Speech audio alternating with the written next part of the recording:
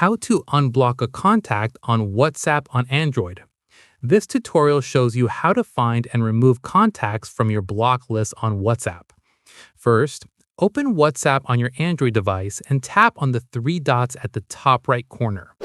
After that, tap on Settings. From there, tap on Privacy.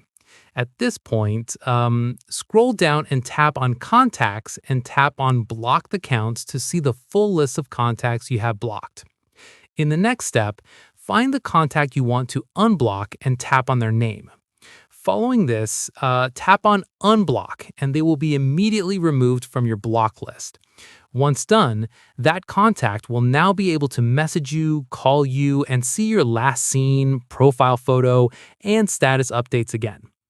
Finally, if you want to unblock multiple contacts, just go back to the same blocked contacts list and repeat the steps for each one. And that's it.